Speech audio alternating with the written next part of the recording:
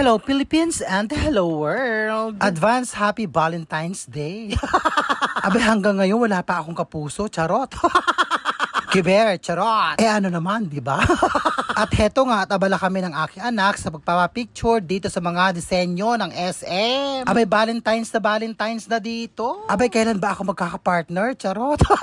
Abay, paulit-ulit, nagpaparinig ang lola. Awanon, ba ako?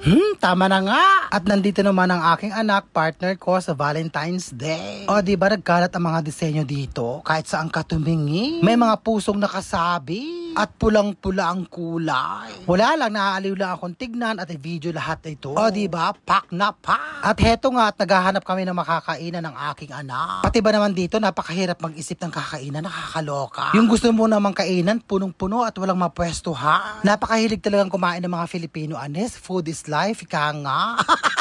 At dito nga kami napadpad ng aking anak. Total, miss na miss ko ng kumain ng pizza. Heto pala ang aking in-order para sa aming dalawa ng aking anak. Chicken with rice, spaghetti at pizza.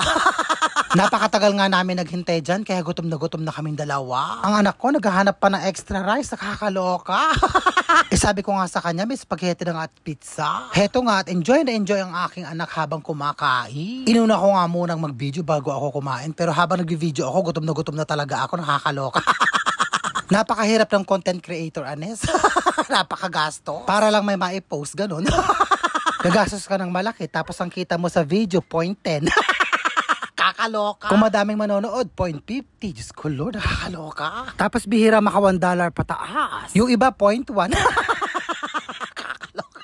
Tapos magluluto ko ng ulam mong napakasarap, tapos walang manonood. Nakakaloka. Ay, Diyos ko Lord, nakakaloka. Hanggang dito na nga lang. I love you all and I thank you.